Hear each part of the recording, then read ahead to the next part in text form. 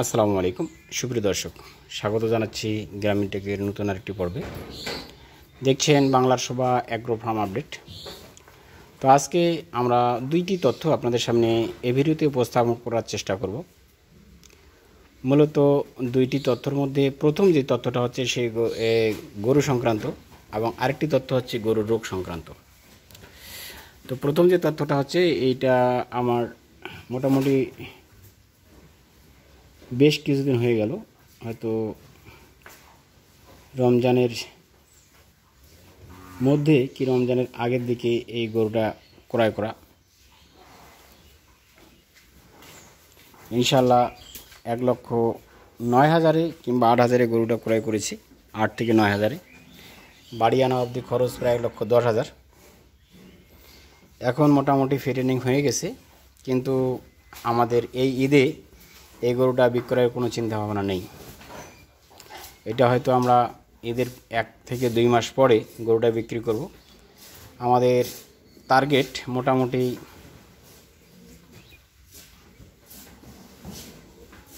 2 লক্ষ, আর আমরা খরচ করব গরুটার পিছনে 30 থেকে 35,000, হাইয়েস্ট 40,000।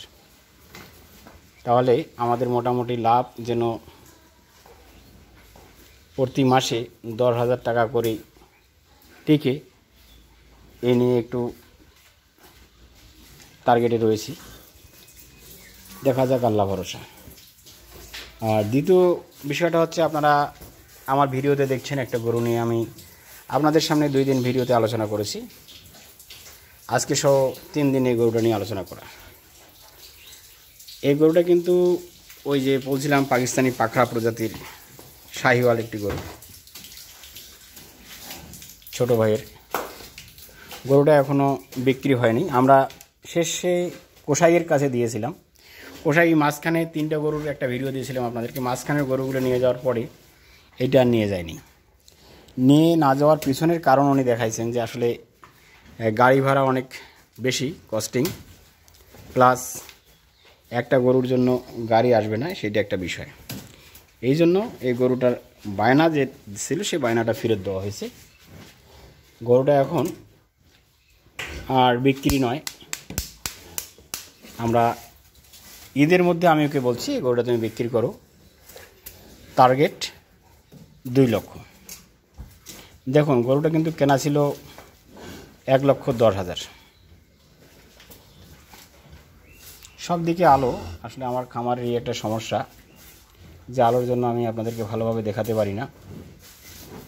আবার আলোর মধ্যেই অন্ধকার, যেমন এইদিকে সব দিক দিয়ে চাটি দেওয়া আছে, এই জন্য সমস্যা। তো যাই হোক, এরই মধ্যে আমি তথ্য সব আপনাদের কাছে ভিডিওটা উপস্থাপন করার চেষ্টা করতেছি। 1,10,000 টাকায় কেনা, আমি টার্গেট করছি ঈদের মধ্যে গরুটা কম বেশি 2 লক্ষ টাকা বিক্রি। যাই হোক, বাকিটুকু আল্লাহ ভরসা। আর গরুটার পিছনে মোটামুটি খরচ 35 থেকে 40,000 হবে।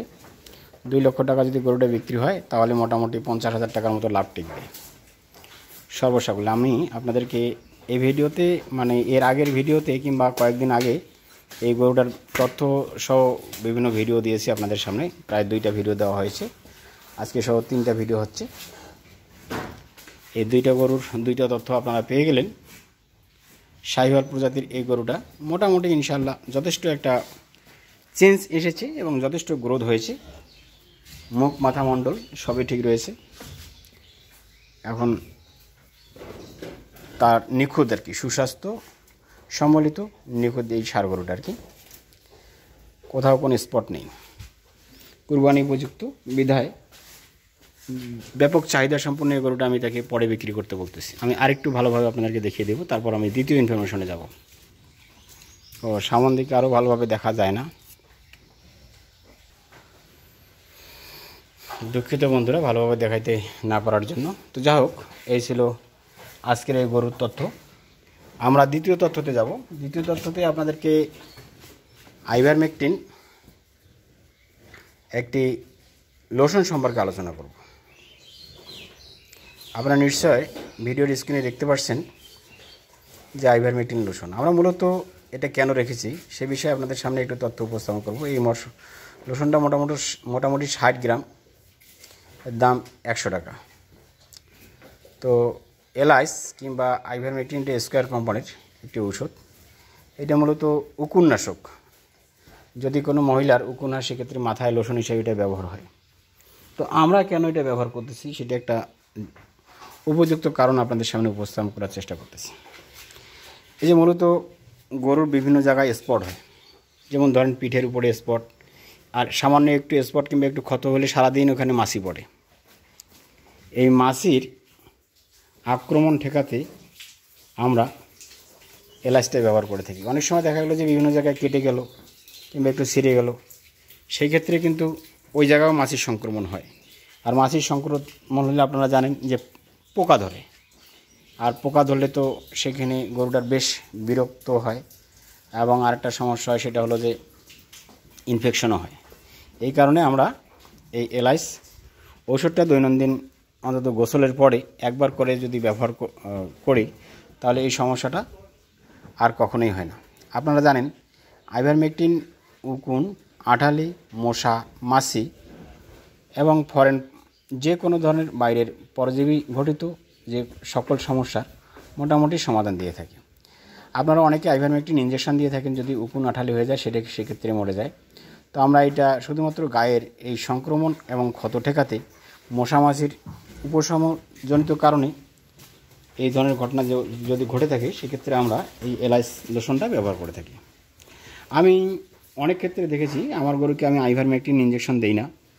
যদি কোনো ক্ষেত্রে চামড়ার উপরে এই ধরনের স্পট কিংবা ছত্রাকজনিত সমস্যা হয় কিংবা একটু দাঁত কিংবা একটু ক্ষত হয় সেক্ষেত্রে আমি এটা দেই।